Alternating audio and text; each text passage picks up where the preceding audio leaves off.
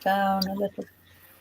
Hi, it's Joy Foster, founder of Tech Fixies, and we have a very special podcast episode for you today. Now, we've got a woman here with us who is one of the fastest women in the world, and I feel super, super lucky because I know there's a lot of Tech Fixies who are on that journey of fitness and health and better life balance, and one of the things they want to do is start getting out there and start running. We're going to talk to someone who did that later on in life and then became a professional athlete, and there's only one person in the world who held the world record who has been faster than her in this country. So Mara, welcome. We are so excited that you are here. Mara Yamauchi, please introduce yourself and tell us who you are and more about you. Thanks very much, Joy, for having me. So my name's Mara. I grew up in Nairobi, Kenya. Then I moved to the UK, to Oxford in 1982. And at the age of 11, I was inspired to become an elite athlete. That was kind of my dream. But it took me a long time. And in 2008, I towed the start line of the Olympic Games for the first time. That was in Beijing. And over a number of years, I became the second fastest British female marathon runner ever. Finished second in the London Marathon 2009, sixth in the Beijing Olympics. I won the 2008 Osaka Marathon. And along the way, I worked as a diplomat for the Foreign and Commonwealth Office, as it then was. And in 2013, I retired from elite competition, and now I'm working self-employed as a coach, writer, commentator, speaker, general dog's body sometimes. Yeah, so I'm 48 now, so I still run, but I'm really slow, quite embarrassingly slow. Just try to stay fit and push back the aging process as much as possible. Yeah. Brilliant. Well, we're so glad you're here. I'm so fascinated by your story. I myself was a professional athlete. I was on the U.S. archery team in my 20s, my late 20s. And so I know what that journey is like, to have a dream to make the Olympic team and to go for it. You were sixth in the Olympics. I was sixth at the Olympic trials. So, I always say for every athlete that makes it to the Olympics, there's 1,000 that didn't even get there. And the fact that you were able to place so high at the Olympics is absolutely incredible. What I love really about your story was the fact that you had this dream at 11, but it didn't really come to reality till you were around 33. So let's talk about what got in the way of you getting there sooner, and that journey that you had to go on to get there. So when I left full-time education, I wanted to be an elite athlete, but I was nowhere near good enough to earn a living from it. So I had to get a job. So I became a civil servant, a diplomat. But I never lost that dream of wanting to be an elite athlete. So I tried to train while I was working, with mixed success. Sometimes it worked quite well, sometimes not so well, depending on how demanding the work I was doing really, and where I was living, and if I had people to train with, that sort of thing. And then when I was 29 years old, I thought, right, this Olympic dream, it's now or never. And at that stage, my posting to the embassy, I was posted to the British Embassy in Tokyo to work. That posting came to an end. So I came back to the UK and I thought, right, it's now or never. So I switched my work to part-time, and so I could train more while earning a living. And I did that for 3 years. And then at the end of that process, I was at a level where I could earn a living from running. So I took leave from my work and became a full-time athlete. That was 2006. And then I continued as a full-time athlete until 2013 when I retired. So during all that time, I was earning a living as an athlete. So what kind of held me back was really having to work. I didn't have any money when I left full-time education. I had to get a job. And as I said, I wasn't good enough to earn a living as an athlete, so I really had no choice. So that's why it took me so long. But also in the marathon, to become world class, it takes a long time. you don't just do it just like that. It takes, unless you're super talented, it takes years of training. So even if I could have become a full-time athlete when I left university, I wouldn't have suddenly been going to the Olympics as a marathon runner. It takes time. So yeah, so that's kind of how it took me so long. Oh, well, that gives me hope because as you know, I'm doing the London Marathon, and I was joking today to say that I wanted to quit. That I messaged my coach over the week or this week, and I just said I can't. There's no way I can do this. And she said, "No, Joy, you can do this." And the reality is, you've done a lot more marathons than I have, but I have done marathons before. I did one last year. I had to do the virtual one. And, because we couldn't do it in reality. And it was really interesting because she said, your body knows what you're about to do, and it's starting to kick up a fuss and doesn't want to go all the way to the end of the line right now. So let's talk about the psychology of marathon running. You said, and I think this is a really important point that you made, even if you could have done it full time, it was going to take you a long time to get to that place as a runner that you could get to the speed you needed to be an elite athlete.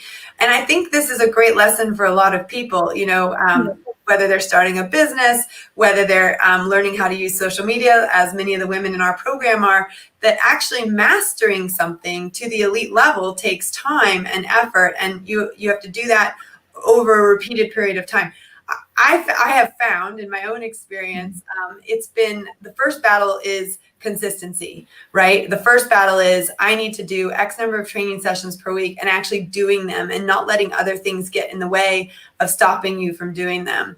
So that's one of the things I found. What do you think, in this journey of becoming an elite marathoner, what were some of the things, the habits that you had to put in place that really led to your success? As you said, even if you could have done it full time, you probably wouldn't have been ready to do it full time as a paid athlete because you had to put in the time. So let's talk about that a little bit. What are some of the key habits that you had to put in place in order to move forwards? So there are three fundamental things you have to do to become world-class in the marathon. The first is training. Training has to be specific to the marathon. It has to be of the right quality and quantity to cause you to improve. So not too much, not too little. It has to be consistent. It has to be, done to the best of your ability. Then the second thing is fuel, basically food and drinks, because your body needs that fuel to recover, to fuel your training, racing, and so on. And then the third is rest, because training basically damages your body. It causes you to be dehydrated, micro tears in your muscles, all that sort of thing. And your body has to recover from all that. So you have to rest. Rest time is when your body adapts to the stimulus of training. So those three things are the most important thing to becoming, a high level in the marathon. Everything else is kind of detail. So nowadays, I coach mostly recreational athletes now, and what I've observed is that people get quite kind of taken up into detail and things which aren't going to make that much difference to their performance. They'll make some difference, but not a great difference. So certain items of kit might fall into that category. I mean, the new carbon plate shoes, they do make a massive difference. But, kit, supplements, GPS watches, all this stuff, they're the sort of icing on the cake. And they have their place, they have their value, but they're never going to replace training, fuel, and rest. And I think nowadays people want things now. We're kind of, whereas before people used to read a lot of books and newspapers, now we read Twitter and the internet, and people's kind of attention spans are shorter, and I think people want success quickly, and in the marathon that just isn't possible. You really have to put in the work. If you're supremely talented, you might get there relatively quickly, but you still need to put in the work. And in terms of the psychology of it, I mean, I had this kind of burning desire to be a world-class athlete from age 11. And that was fantastic because it gave me the drive to do the training, the kind of willingness to put myself through pain a lot, the kind of, what's the word? The kind of fire to try and win competitions. So psychologically, that dream, you know, without it, I wouldn't have reached the Olympics, because you have to put yourself through a hell of a lot of pain to reach the Olympics in the marathon. I'm not saying you don't in other events, but all I know is the marathon, and I know it involves a lot of pain. Yeah, well, I think, So if you've got that kind of motivation and desire, it makes it a whole lot easier. If you know, if you've got some level of motivation and desire, that's great. If you've got no motivation, then it's going to be really hard. okay, You know? let's talk about stoking the fire of your burning desire. This is a serious thing because I'm doing a lot of I've got my own coaches who coach me, and this burning desire thing has come up a lot. And one of the things that one of the coaches I'm working with says is you've got to stoke the fire of the burning desire. You know, you've got to keep that burning desire at the front of your mind with vision boards and with visualization, and sort of reminding yourself why you want to do this and the glory of what doing this is. And also, I've even read some things about reminding yourself of the pain if you don't do it. You know, there's different psychological approaches to it. I know when I was doing archery, one of the things I used to do when I was in the car and I was driving to the archery field and back, I would listen to the Olympic music. And I would imagine what it would be like walking onto the Olympic stadium and seeing everybody. And, you know, when the Olympics come up every year, that's one of my favorite things to do is sit down and watch that, even though it takes forever with all the athletes, because that was my vision. That was my visualization for it, was getting into the opening ceremony, doing that whole thing. And it was really interesting. I didn't make the 2014, but I ended up going anyway to support the team and to sort of kind of do reconnaissance for the 2008 Olympics. And I remember my friend Yanni and I managed to get tickets to the opening ceremony in the very last row, okay, in Athens, like at the very, very top. And we paid an arm and a leg for it. I mean, I don't even remember what we paid, but it was every money we had, we paid for it. I told Yanni we have to pay in cash. We have to have the tickets before we exchange it. I'm not giving that money to anybody on the internet. And we did. We got these tickets. We go to the opening ceremonies, and both of us were just like in floods of tears, like, you know, because he had tried to make the Greek team and had failed, and I had tried to make the American team and had failed. But being in that energy and charged environment, and it was like my dream came true. It was just a different version of my dream. But being in that stadium was absolutely incredible. And the energy that comes with the Olympics is absolutely incredible. And I think, you know, the best I could do at the time was to listen to that music, imagine what it would be like. And actually, ironically, I ended up being there and doing that, just not in the way that I thought. But how did you fuel your burning desire? How did you keep that fire going, especially when you were in pain, or especially when it was a tough day? What was your tactic to doing that? So, I mean, there are practical things you can do to help with that. So if when you go out for a run, you feel really great, then probably the run is going to be enjoyable. You'll complete it. You'll run it at a good pace. You know, you'll come back. Everything's fine. If you feel tired or out of sorts or bad in some way, then running is hard. That's the truth of it. You have to push yourself. It's a bit of a grind. So as much as possible, I tried to make sure that I felt good, you know, at all times. So that meant getting enough, you know, just self-care, essentially, you know, not trying to do too many other things, because, you know, if you set off for a long run, say you feel terrible and you've got to run 20 miles or whatever, that's hard. But if you set off, you feel great, then, you know, you can look forward to the 20 miles. You can be excited you can kind of dream about the future and what PB you're going to break or whatever. So that practical thing. And then the mental side also. So I think each one of us has something which fires us up, and it varies from one person to the next. So listening to music is a great example. For me, I often would imagine things in my head. So if I was out on a run, I would imagine I was in the Olympics, and I would imagine a commentator saying, and Mara's going to win the bronze medal.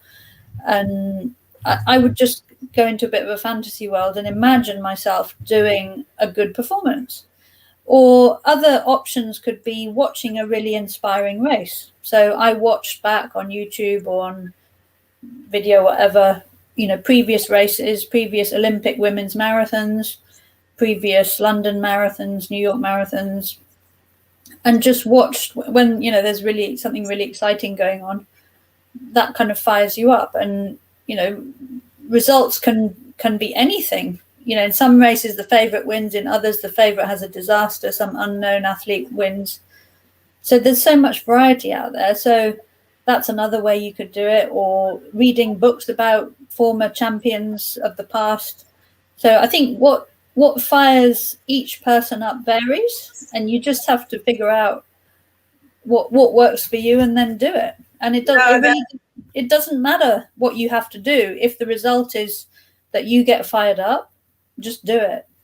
That's so great, because interestingly enough, I think I look at the when I was rowing, and it's such a great example. So my husband's an Olympic gold medal rower, bronze medal as well. He never talks about that, but what I used to do before, when I was a rower, obviously before I met him, I used to watch the rowing videos at night. When I was a rower, I would watch the rowing videos so that I could see how the pros did it. And actually, that's how I met my husband, because I used to watch the World Championship videos.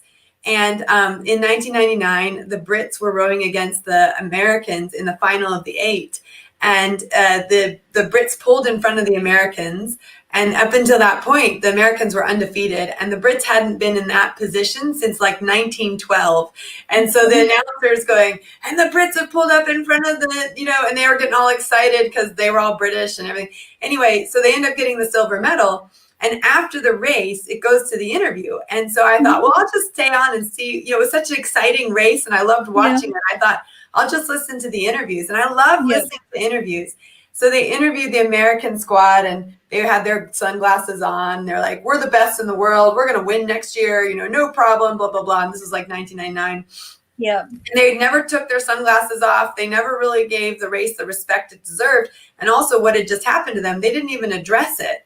And then, of course, they interviewed the Brits, and my husband, my now husband, at the time, he was I only have one husband, but but at the time, he was the captain of the team, and he'd been asked to do the 8 and was originally in the 4 and really wanted to be in the 4, but he committed to doing the 8 to help out and move them forwards and everything. Anyway, they said, how did you feel about that race? And he said, I'm just so proud of these guys. Everyone came together as a team. We worked really hard. It shows what we can do, what we're capable of. And I was 19 years old, and I said, I'm going to marry that man someday. And again, no idea how that was going to happen, but his humility, and he was so handsome. And I just thought, I'm going to marry him one day. And I said that out loud, forgot about it completely. And then about a year and a half later, he was standing right in front of me at the boathouse and correcting my power cleans. So, your life has some funny twists here, but I love your story about the fact that you were, you watched stuff, you read stuff, and now we've got podcasts, right? So tell me about some podcasts that you like that are inspirational for runners. Marathon Talk is a popular one. The Japan Stories podcast, I was a guest on that last year. That's talking about everything about Japanese sport, but the marathon is really massive there. I more than podcasts, I tend to just look for snippets on the internet, like famous races from the past. I might go back and watch key moments in there. Who inspires you is very much about your age, where you're from, and so on. So to give you an example, in 2004, I watched the Athens Olympics. This was when I was kind of trying to become an elite athlete. I wasn't anywhere close. I was trying to I had tried to qualify for the British team for Athens, but failed to make the team. Anyway, so I was watching the women's marathon. Paula Radcliffe had broken the world record the year before. She was the overwhelming favourite. And then in the second half, Japan's Noguchi Mizuki just blasted up those hills and never looked back. She got into the lead, quite early on, 25K. She got into the lead and just held it to the finish. And, defeating Paula Radcliffe, all the others, the big hitters there. And I just thought, that's just so gutsy. And the Austrian woman who won the women's road race at the Tokyo Olympics, and she's a brilliant mathematician, apparently. I don't follow cycling closely, but I just happened to be watching this. She just blasted it from the start, 4 hours of racing, and she wins the gold medal. She's never out of the gold medal position. And people who sort of have the guts to really try to win, I really respect them. I mean, I was often really quite unconfident about my ability. And I rarely went into a race thinking, yeah, I'm the best, I'm going to win this. That's just totally not my personality. I would get anxious about all the other people. And I mean, I did have good results, but I was never that kind of arrogant, cocky sort of competitor. And now I kind of regret that, because you just see too many people putting limits on themselves, and you've just got to go out there and just do the absolute best you can in that moment, whatever your level of fitness or whatever you're aiming for, whether you're at the Olympics or you're a recreational athlete. You just have to try and do your best, whatever level that is. Yeah, absolutely. I love that. Well, and we call those anxious thoughts at Tech Pixies, we call them ants, automatic negative thoughts. And they're the thoughts that crop up every time you try and go through a barrier. You get those automatic negative thoughts.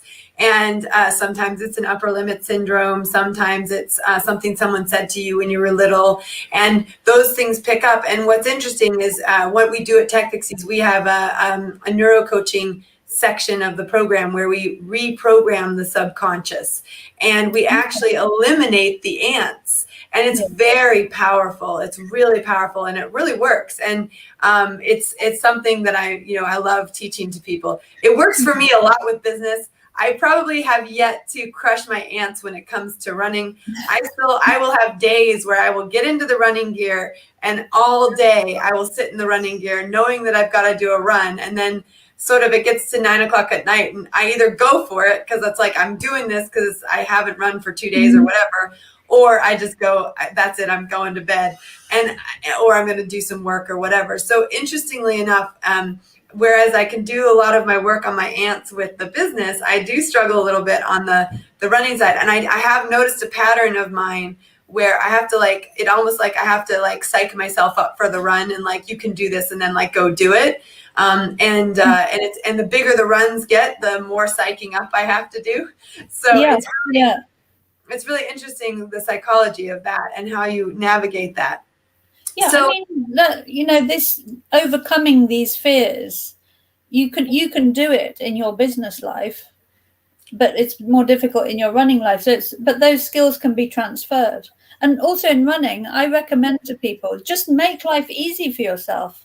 It's pointless just putting yourself through pain for the hell of it. So, for example, if you run better with other people, join a club or go to park run, or just get your friends and neighbors to go with you, rather than struggling along on your own. Or if you know you have a problem with, or let's say the environment of running, if you love running in nature but you're not near a park, then just go in your car to a park and run there if you can.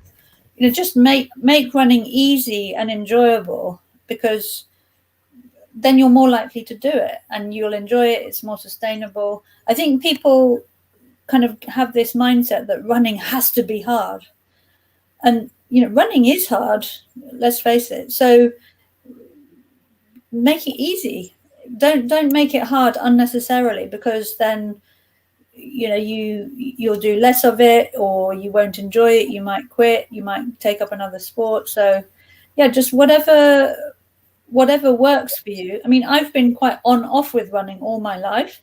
So I've had phases where I've been running 100 plus miles a week going to the Olympics and then not running at all, and everything in between. So when I've had bad spells of running, I'm not enjoying it or lacking motivation, I often take a step back and think, okay, why am I not enjoying this? What can I do to make it fun again? And that might be, going with my friends or going away for a weekend and running in a new place. I've found that with COVID, actually. I mean, we've had a lot of time on our hands with COVID, but always running from your front door. That is the same route every day. It's like I really need a change of scene. So occasionally, just going in the car or on my bike somewhere, if it's allowed in the rules, that was just so refreshing just to have a new place to run. So now this is interesting because you were talking about skills being transferable from sport to business. Now my aunt, as we would say in the UK, she's joining us from America, and she actually asked the question, what skills carried over from your diplomatic career? So she is also a civil servant, my aunt, and she's a big sports fan. She plays a huge part in the Colorado Sports Hall of Fame. So she's very well connected within the Colorado, which is where I'm from. So she says she wants to know what skills carried over from your diplomatic career to your athletic career. Yeah. Hi, Susie. That's a great question. So one thing I would say is problem solving. So as a civil servant, you have to come up with policy ideas for the government. And that might be, where are we going to build this road? Or if you're a diplomat, what are we going to do about the conflict in such and such a country? Or what are we going to do about refugees in this country? So it's problem solving. So that was one big help, because in the marathon, you're often problem solving, for example, injuries, or you have a bad performance and you're trying to figure out why you had the bad performance. That's one thing. I had quite a specific skill, which is I learned Japanese as a diplomat, and then I was training in Japan as an athlete for most of my life as a professional athlete, and that would have been very difficult, if not impossible, without the language. So that was quite a specialist skill. Another is communication. So diplomats are basically persuaders. They're trying to persuade other countries to do what we want them to do.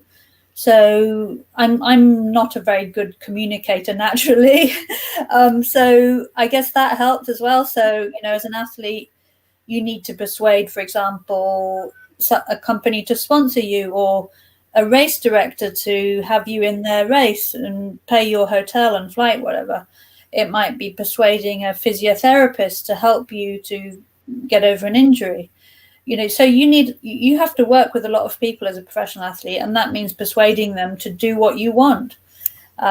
So I think being a diplomat it's very much a kind of common sense type job, if I can put it like that. There are, of course, specialists like economists, scientists, trade specialists, and so on. But at least in the UK, a lot of diplomats are generalists.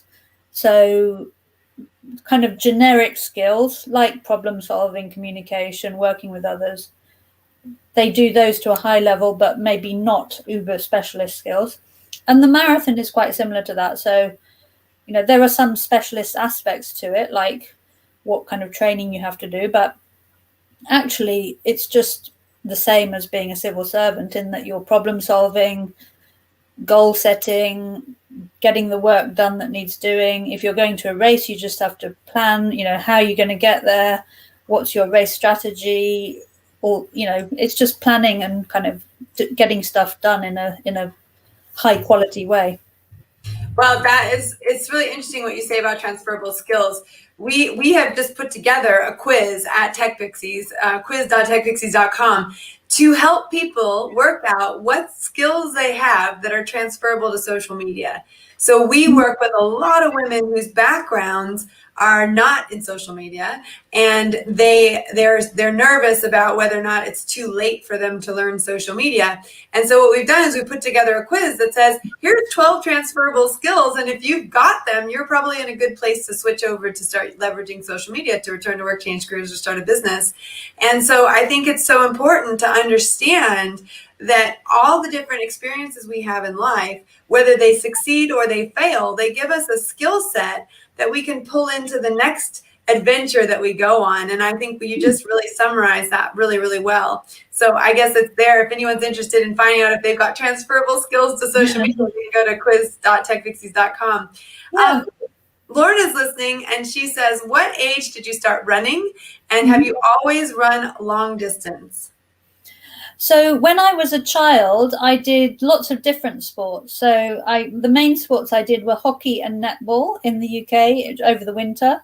And then in summer, I did swimming, rounders, tennis. I did a little bit of running. So I was a member of my local road running club, Headington Road Runners in Oxford. But nothing very specialist. So I would say I started at a young age, but in a very kind of just ad hoc way. And then when I went to university, age 18, that's when I started doing kind of proper structured, serious, hard training. That was for cross country and track mainly. And at that point, I thought the marathon is way too far. I'm never going to do that.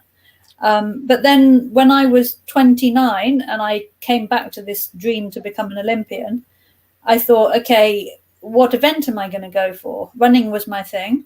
What event am I going to go for? And I looked at the qualification standards there were 3 Olympic events available to women at that time, the 5,000, the 10,000 and the marathon. And I looked at the times for the 5,000 and 10,000 and I just thought, this is too hard for me. I'm not going to qualify. So I went for the marathon. So it was a kind of process of elimination. So when I was younger, I was doing shorter distances. So cross country was probably 5 to 6K for women then. And then on the track, 3,000, 5,000. And it was later that I went to the marathon. But endurance is my thing. I'm no good at sprinting. Yeah.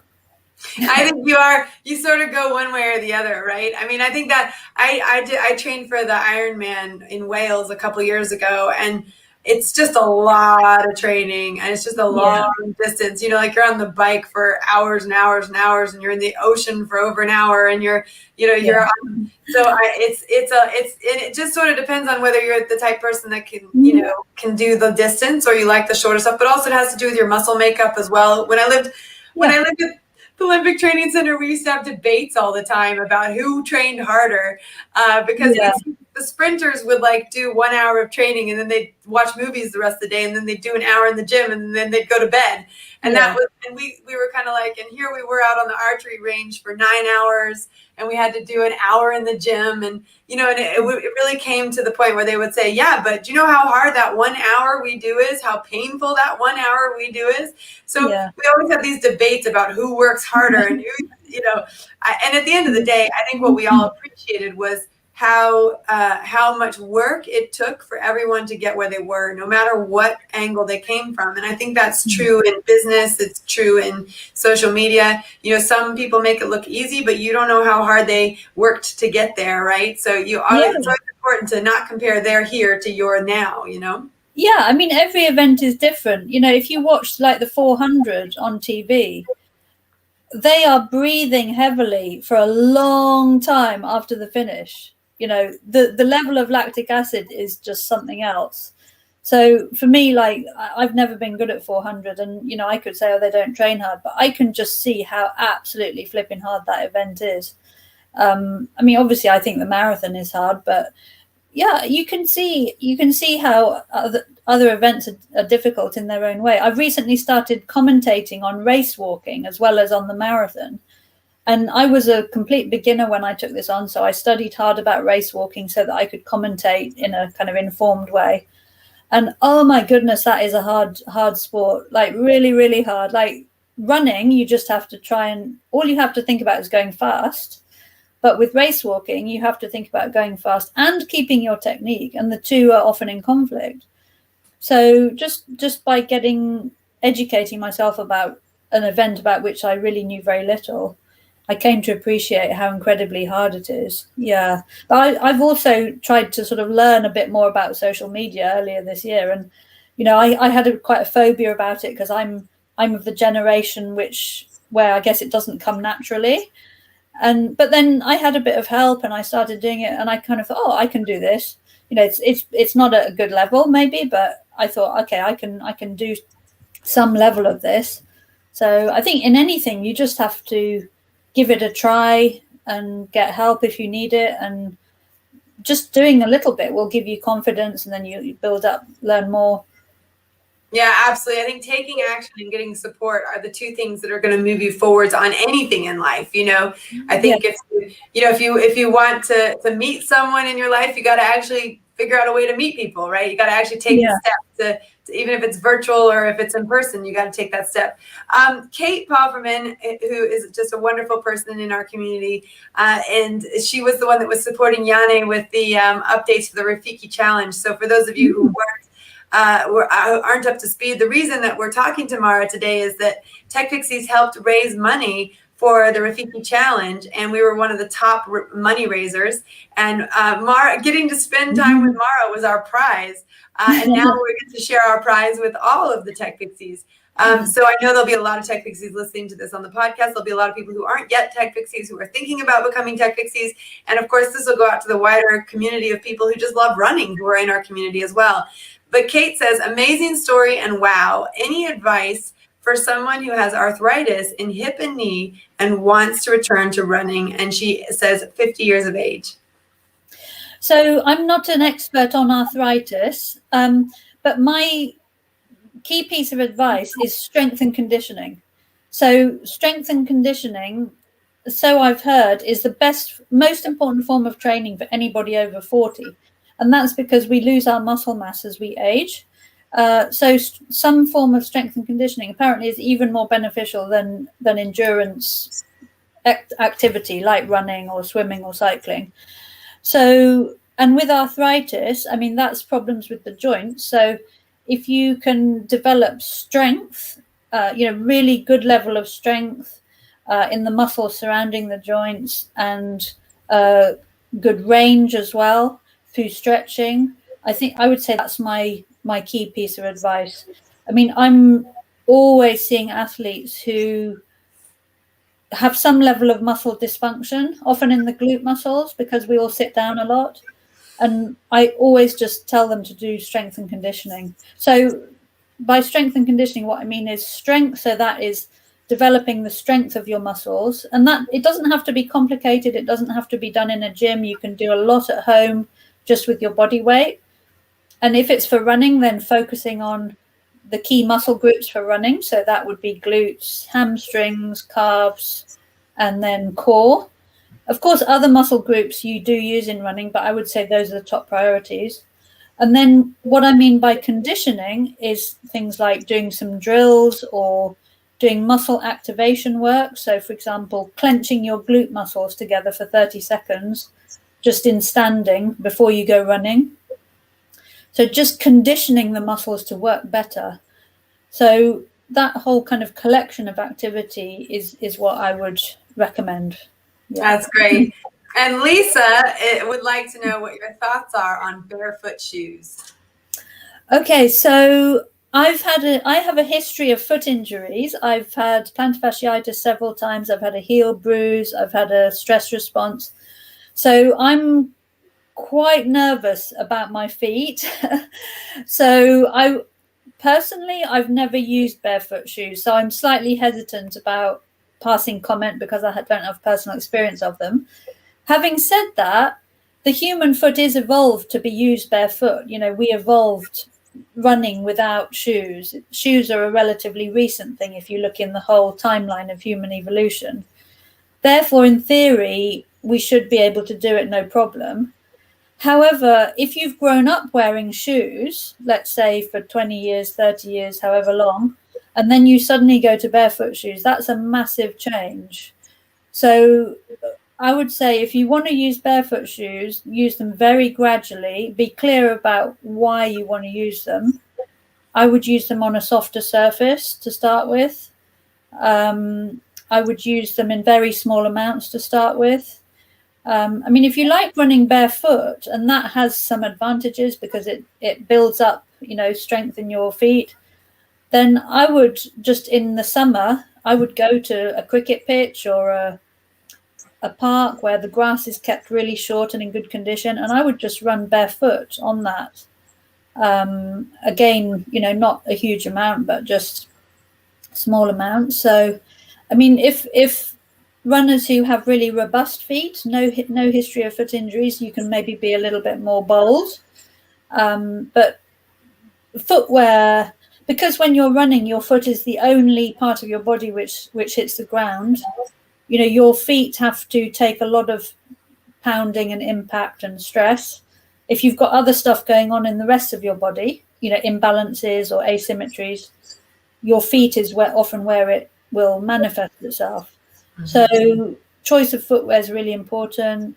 Sudden changes of footwear, sudden changes in types of footwear can cause injury. So I would say just proceed with caution and use common sense. Yeah. Well, I know at one point with archery, we all tried the barefoot thing because they thought that would balance us out and give us more stability, because we were wearing these really thick shoes that just we weren't grounded. And it took us a while to get used to it, because you are on your feet for 8 hours. Mm-hmm. and so I remember having quite a lot of achy feet in the beginning. Yeah.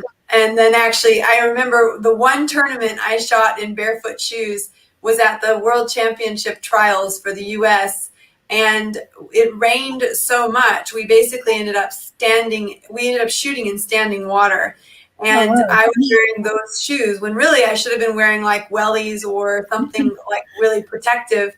And I ended up getting what was like effectively like trench foot. Like I lost like 3 layers of my skin. It was extremely painful.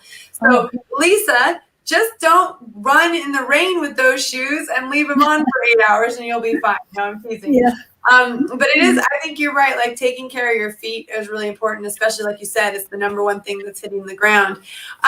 So I'm now curious. I know there's going to be people listening to this because we're going to make sure this goes out to our audience before the London Marathon. You've done very well at the London Marathon. You've run it. And so tell us a highlight of the London Marathon for you, and then maybe give us some tips and tricks for people who might be running it for the first times in a couple of years, since they had to cancel it last year. Just so you know, Mara, you might be the second fastest marathon woman from the UK and one of the fastest women in the world. But I actually have a Guinness Book of World Records for being in the virtual marathon last year.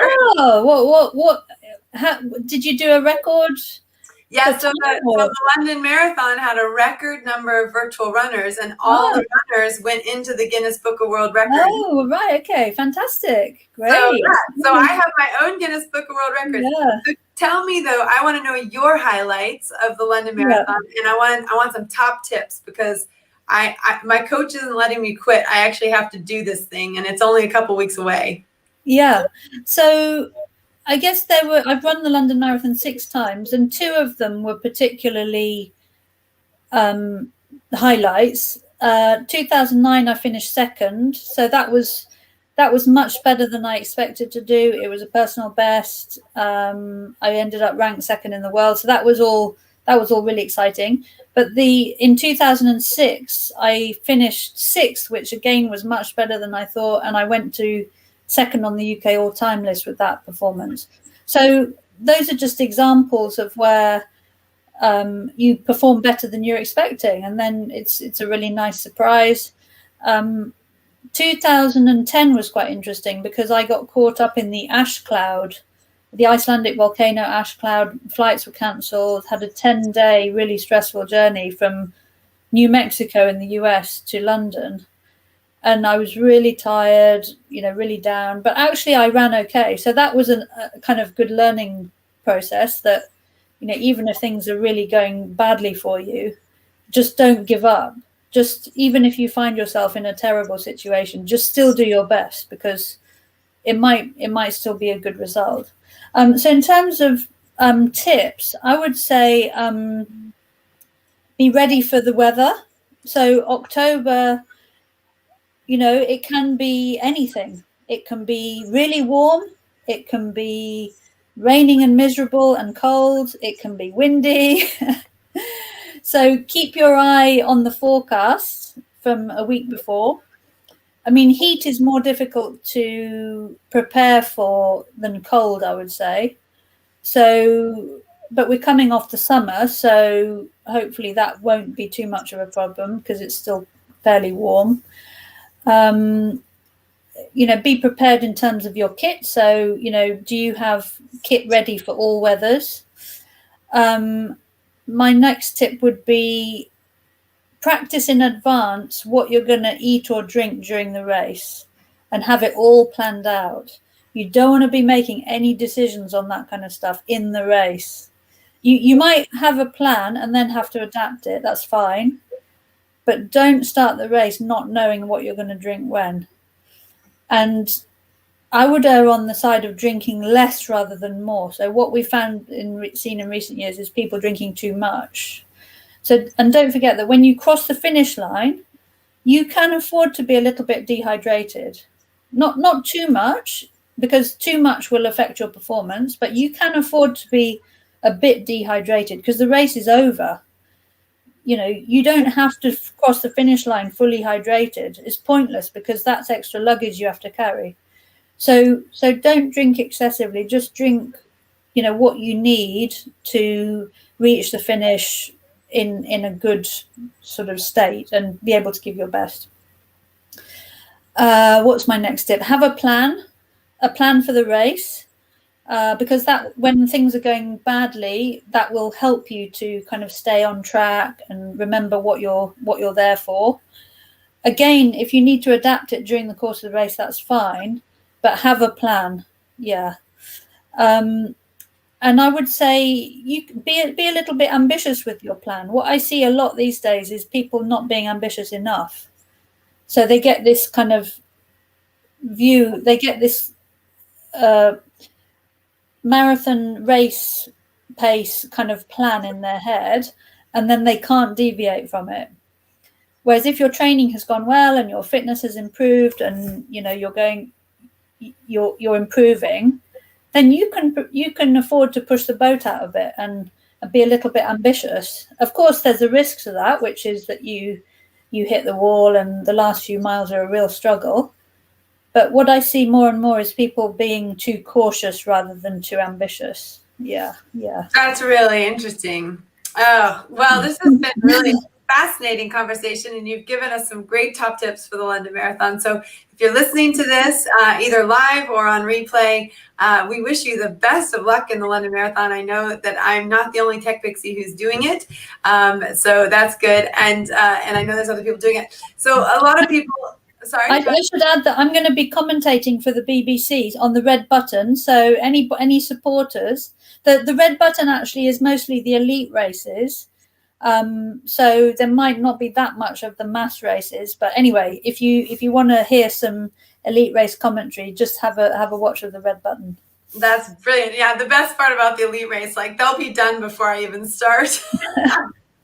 So, but what was really cool was when we did the virtual marathon, because there's no, you can put AirPods in. I don't know if you can, I got to find that out, but I'm used to running with AirPods, and then suddenly you go into a race and you can't have any of that stuff. It's also, you got to train for that, don't you? But I know when I did the virtual marathon last year, I could listen to whatever I wanted because there was no rules around it. And I listened to the book, The Power of the Subconscious. And I just stayed focused on that, and just and a big part of that book is, you're only in pain if you tell yourself you're in pain. And so if you don't want to be in pain, tell yourself that you're healthy and fit and well. And so I'm running this whole thing, and as the pain starts kicking in, I keep going, I'm healthy, I'm fit, I'm well, I'm healthy, I'm fit, I'm well. So I thought that was so good, was to have that. That was a really powerful book to listen to while I was running. And actually, I think that's one of the things that, in all honesty, that's probably one of the reasons I love running, is because I can go for a long run and I can get stuck in on a book with Audible, or I can still get stuck in on a podcast. I very rarely will just go and run with empty space. However, I do find running with empty space is where I get brilliant, genius ideas that I want to implement. So, it's six one, half a dozen another. I often find if I'm getting a bit stuck with work, I can't think how to deal with something. I go for a run and ideas are popping into my head. But as soon as I walk back through the door, I forget them. So I literally, as soon as I'm back in the house, I write them down. before they go again. So yeah, I've heard that from a lot of runners, that it's good kind of thinking time.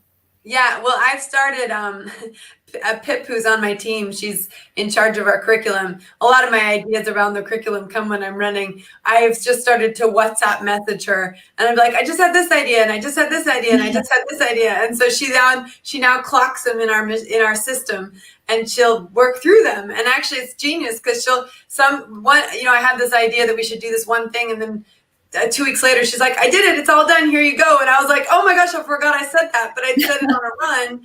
And then it was a genius, it was a genius idea. And I think there's something that happens when you get out of your regular environment, you get the endorphins going, you switch the scenery up, there's some clarity that comes from that exercise that just doesn't happen by sitting in the office and sitting in the chair, and it's just a huge gift to give yourself. So and if someone's kind of like, they've always wanted to run but they've just never been able to get started, where would you point them? So I would say start with walk run. So what I mean by that is a mixture of walking and running. So you could start off with 100% walking and no running. Then you go to, just small amounts of running. So let's say 30 seconds running, 30 seconds walking, repeat that maybe 4 times. Or a minute running, a minute walk, repeat that, let's say 3 times and do 2 sets. And over time, gradually, you do more and more running and less walking. So the NHS Couch to 5K program, as I understand it, has this approach. And this is what I coach with beginners or people recovering from injuries. So, yeah, and if you do brisk walking, that is a great form of exercise. I even do this myself. If let's say I've got an hour's run planned and I'm feeling really terrible and it's a struggle to just get out the door, I say, right, I'm just going to walk. And if I walk for an hour, that's fine. But, I'll walk for 10 minutes, then I might run for a few minutes, walk again. And eventually I might run for, let's say, 40 minutes and I walk for 20. But at least I've got out the door and done something. Yeah. So I would say start with walk run. I would say do some form of conditioning. So some form of strength work or muscle activations, because it's such a shame if people have enthusiasm for running start and then they're injured after 3 weeks, let's say. I would also say you need to train frequently enough so that you have some improvement. And I would say that's a minimum of 3 times a week. Less than 3 times a week, it's going to be difficult for your body to adapt and progress.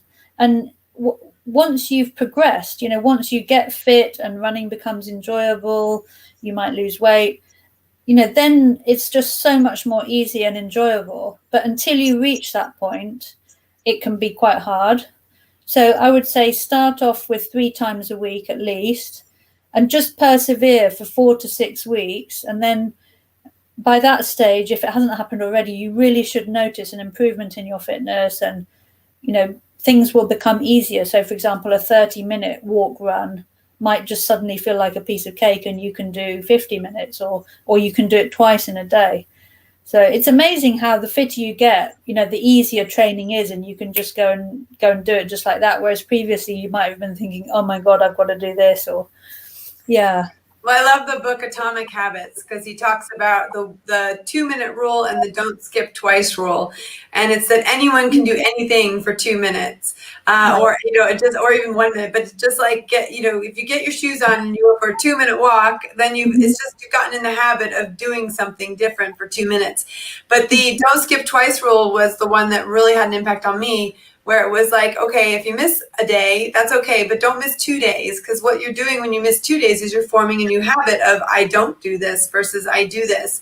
And I really love your idea that even if it's just you take daily action, maybe that means that you go out every day, but maybe that means you run 3 of those days, but it's getting into the habit. And what we know from neuro coaching and neuroscience is it takes 67 days for the new neural pathway to overtake the old neural pathway. Okay. So I definitely think that what I found with the neuro coaching is once you've done what we call a brain prime, where you've got a new story you're telling yourself for 67 days, the change really starts to happen about halfway through. But you got to finish the effort, and it's got to be a daily effort, because that's when your body goes and your brain goes, this is what I need to do every day, to be who I want to be.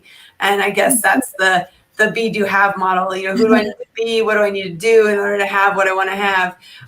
There's so much goodness in running.